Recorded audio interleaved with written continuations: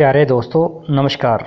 दोस्तों, हमने विपस्सना के बारे में पहले भी ऑडियो चैनल पर डाले हैं, जिससे हमें विपस्सना के फ़ायदे मालूम हुए हैं। आज इस छोटे से ऑडियो में हम जानेंगे कि विपस्सना मन को शांत करने में कैसे हमारी मदद कर सकती है। वैसे तो हम सब समझते हैं कि हमें कोई बुरा काम नहीं करना चाहिए, किसी को दुख तकलीफ़ नहीं देने चाहिए। बेशक हमें इसके नुकसान नहीं पता होता, लेकिन फिर भी अंदर की सेंस हमें रियलाइज़ करा देती है कि किसी को नुकसान नहीं देना चाहिए। लेकिन जब हमारा मन अपने वश में है ही नहीं तो क्या करें? चाहते हुए भी हम अपने मन को नहीं रोक सकते ऐसे काम करने से। वैसे तो मन को एकाग्र करने के लिए, मन को वश में करने के लिए बहुत से आलंबन हम जीवन में इस्तेमाल करके अपने मन को शांत कर सकते हैं, काबू में कर सकते हैं। लेकिन हम जो भी आलंबन इस्तेमाल करेंगे वह किसी एक समाज से ताल्लुक़ रखते हैं। दूसरा समाज उसको एक्सेप्ट नहीं करता, उसको कबूल नहीं करता। वह मन को वश में रखने के लिए अपना कोई नया ही आलंबन चुनता है। यानी सब संप्रदाय उस तरीके को इस्तेमाल नहीं करना चाहते, लेकिन महापुरुष ऐसा आलंबन लेकर आते हैं, ऐसा आलंबन चुनते हैं जिसको हर कोई समाज से रिलेटेड इंसान, हर संप्रदाय से जुड़ा हुआ इंसान ग्रहण कर सके। विपस्सना का जो ध्यान का तरीका है वह सांस के ज़रिए शुरू होता है। अब सांस पर ध्यान लगाना, अपने सांस को देखना हर किसी संप्रदाय के लिए आसान है, किसी के लिए अलग नहीं है। कोई भी हो वह अपने सांस को देखते देखते अंदर की गहराइयों तक पहुंच सकता है, अपने ध्यान को सांस के ज़रिए अंदर ले जा सकता है। चाहे कोई छोटा है, कोई बड़ा है, कोई गोरा है, कोई काला है, कोई भी करे, सबको उसका परिणाम सकारात्मक ही मिलेगा और सफलतापूर्वक वह अपने ध्यान की पहचान कर सकेगा, अपने मन को वश में कर सकेगा। कोई भी हो, सांस उन सब के जीवन से जुड़ा है, सांस से ही उनका जीवन है।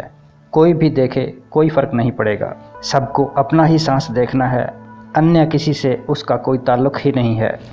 ऐसा ही आलंबन है विपस्सना, जो महापुरुष ने खोज निकाला है।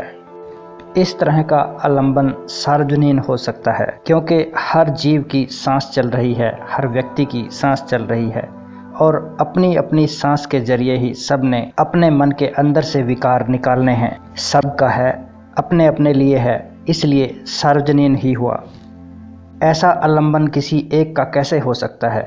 कोई किसी भी संप्रदाय से जुड़ा हो, किसी भी धर्म से जुड़ा हो, छोटा हो बड़ा हो, सबकी सांस अपनी अपनी है। सब ने अपने अपने सांस के ज़रिए अपने भीतर के विकार निकालने हैं, सब निकाल सकते हैं। जब हम सांस पर ध्यान देते देते ध्यान को अपने भीतर विकारों तक ले जाते हैं, तो उन विकारों के पनपने के तरीके हमें पता चल जाते हैं, जिसके कारण हम उन्हें आसानी से निकाल सकते हैं। विकार हमारे अंदर कैसे पनप रहे हैं, जब हमारा ध्यान उन्हें अंदर प्रवेश करके देखता है तो वह आसानी से ही उन पर काबू पा लेता है। इसके अलावा दूसरा, हम कोई भी आलंबन इस्तेमाल करेंगे तो हमें ऊपर ऊपर से तो अपनी कमियों का पता चल जाता है, अपने विकारों का पता चल जाता है, लेकिन उनकी जड़ों को ख़त्म करना कैसे संभव हो सकता है जब तक हम उन विकारों को पनपते हुए, जन्मते हुए ना देख लें। यह एक ऐसा कामयाब आलंबन है जिससे मन के विकारों को जड़ से ही ख़त्म किया जा सकता है।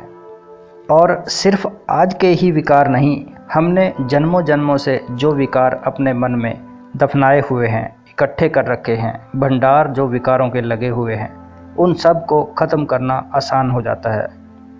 हमारा विकार बनाने का जो स्वभाव बना हुआ है, जो प्रक्रिया लगातार चलती रही है, उसे कैसे तोड़ा जाए, उसके लिए यह एक आसान रास्ता है। आखिर हमारे अंदर जो विकार जागते हैं वो कैसे जागते हैं, इसका भी तो पता लगना चाहिए। हमारे मन में राग जागता है या द्वेष जागता है तो बाहर से तो देखने में हमें ऐसा महसूस होता है जैसे हमने आँख से कोई चीज़ देखी और उसके प्रति हमारा लोभ या विकार कोई जागा है। लेकिन इस तरीके से हम उसकी गहराई तक नहीं पहुंच सकते।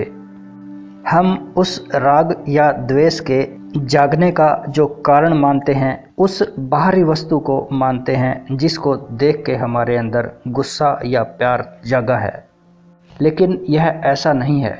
यह प्रक्रिया इससे उलट है। राग या द्वेष, प्यार या नफ़रत हमारे अंदर जन्म लेती है, उसका दुष्परिणाम हमें बाहर आता है और उसका कारण हम बाहर ढूंढते हैं, तो हम बाहर के ही वस्तु को उसका कारण मानते हैं। जब इस तरह का कोई राग, द्वेष या विकार जागता है तो ऊपर ऊपर से हमें देखने में लगता है कि यह बाहर के विषय के कारण जागा है। ये है तो सच, देखने में सच लगता है, लेकिन ये ऊपरी ऊपरी बात हो गई है। अगर हम गहराई से इस बात की खोज करेंगे कि यह राग, द्वेष, नफ़रत या प्रेम क्यों जाग रहे हैं, गहराई से हम खोज करेंगे कि सचमुच यह क्यों जागा, तो हम सर्च करेंगे तो पाएंगे बाहर का कोई विषय हमारी इंद्रियों से स्पर्श करते ही हमें संवेदना होती है। जैसे कोई रूप या कोई आकृति हमारी आँख से स्पर्श करे, कोई शब्द, कोई ध्वनि हमारे कान से स्पर्श करे, या कोई गंध, दुर्गंध हमारे नाक से टच करे, या और किसी तरीके से हमारी जीभ के साथ कोई पदार्थ टच करे, तो हमें एक तरह की संवेदना हमारी इंद्रियों पर होती है, हमारे शरीर पर होती है। और जैसी संवेदना हमें महसूस होगी वह हमें अच्छी लगेगी या बुरी लगेगी। उसके बाद राग या द्वेष जागने का काम शुरू होता है। तो अब जब हम पहले देख रहे हैं, सब व्यक्ति इस काम को कर रहे हैं, इस प्रतिक्रिया को सह रहे हैं, कौन जानता है वहाँ तक कौन पहुँच सकता है? कोई नहीं जानता कि यह संवेदनाएं हमारे अंदर शरीर में जाती हैं और वहाँ से यह अपने संस्कार नए नए पैदा करती हैं। एक विपश्यना साधक इस गहराई तक पहुँच सकता है सांस पर अपना ध्यान देते देते। इससे हम यह बात जान जाते हैं कि शरीर पर होने वाली संवेदनाओं के कारण ही हम राग या द्वेष जगाते हैं और नए नए कर्म इकट्ठे करते जाते हैं। विपश्यना करते हुए ही हमें शुरू में तो इस बात की योग्यता प्राप्त करनी होती है, ये क्षमता प्राप्त करनी होती है कि किस समय और समय समय पर हमें किस तरह की संवेदनाएं महसूस होती हैं, वो संवेदनाएं कैसे उठती हैं और कैसे बैठती हैं, कितनी देर रहती हैं, छोटी होती हैं, बड़ी होती हैं, आखिर क्यों होती हैं ये संवेदनाएं। विपश्यना ध्यान करते हुए हमें इन संवेदनाओं के बारे में जानकारी मिल जाती है।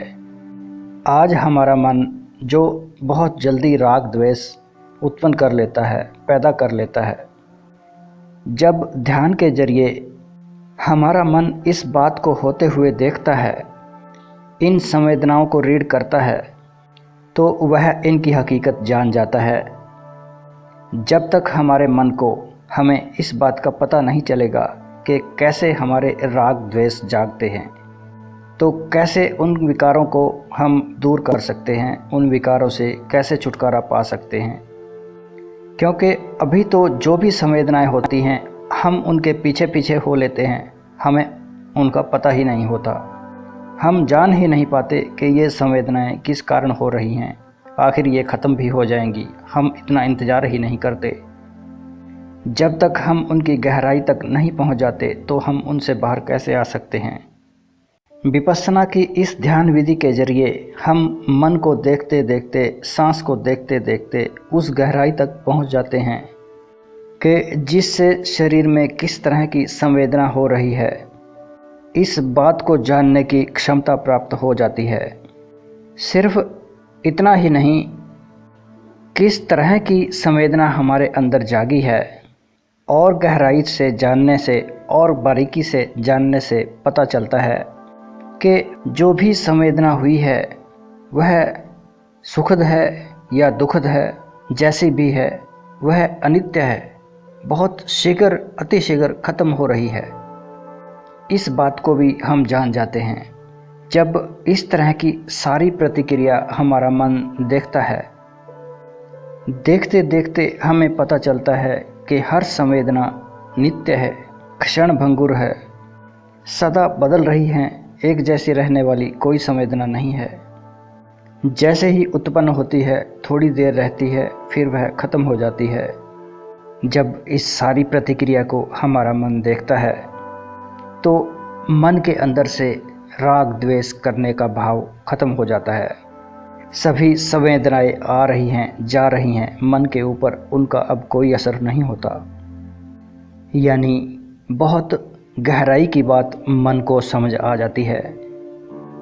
हमारा मन इस बात को समझ लेता है, ग्रहण कर लेता है कि जो भी हो रहा है सब सही हो रहा है। इस अनुभव के आधार पर हमारा मन राग जगाने के इस स्वभाव को तोड़ देता है। इसी तरह का द्वेष जगाने के स्वभाव को तोड़ता है, यानी जड़ों से मुक्त हो जाते हैं हम। यह जो भंडार हमारे अंदर संस्कारों का, बहुत विकारों का दबा हुआ था, उसमें कमी आने शुरू हो जाती है, क्योंकि हमारा स्वभाव ही बदल जाता है।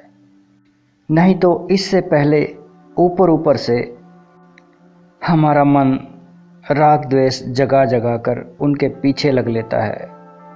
संवेदनाओं तक भी महसूस नहीं करता कि संवेदनाएं क्यों उठ रही हैं, कैसे उठ रही हैं, कहाँ से शुरू हो रही हैं और कहाँ ख़त्म हो रही हैं। हमारे मन की जो ऊपरी सतह है यह राग द्वेष जगाती है, और बुद्धि में और हमारे मन में आपस में ही मंथन हो जाता है कि यह अच्छी बात नहीं है, इस तरह नहीं करना चाहिए। सारी डिस्कशन, सारी चर्चा बाहर ही हो रही है। अंदर का जो स्वभाव है उसमें कोई तब्दीली नहीं आती, वो वैसा का वैसा ही रहता है। तो ये जो भीतर के स्वभाव का शिकंजा है यह कैसे टूटे, उसी के लिए हमने विपश्यना करनी है। इस दुनिया में इस तरह बार बार महापुरुष आते रहते हैं और इस तरह की विद्याएं हमें खोज कर देते हैं कि हम उनके ऊपर चल के अपना जीवन सुधार सकें, अपने विकारों को ख़त्म करके नया जीवन प्राप्त कर सकें। कोई एक महापुरुष नहीं, पता नहीं कितने महापुरुषों ने हमें बार बार आकर इस संसार में यह सिखाया, यह बताया कि इस जंजाल से कैसे निकला जा सकता है। न जाने यह संसार कब से चला आ रहा है, कितने महापुरुष इसमें आए और गए, हमें समझाते रहे। ऐसे महापुरुष जिन्होंने सच्चाई को अपनी अनुभूति पर उतार कर हमारे आगे रखा, हमें शिक्षा के तौर पर छोड़ के गए, सिखा कर गए। हमारे इस राग और द्वेष पैदा करने वाले स्वभाव को तोड़ देने वाली शिक्षा महापुरुष हमें देकर जाते हैं, सिखा कर जाते हैं, जिससे कि हम मुक्त हो सकें और दूसरों को भी रास्ता दिखा सकें।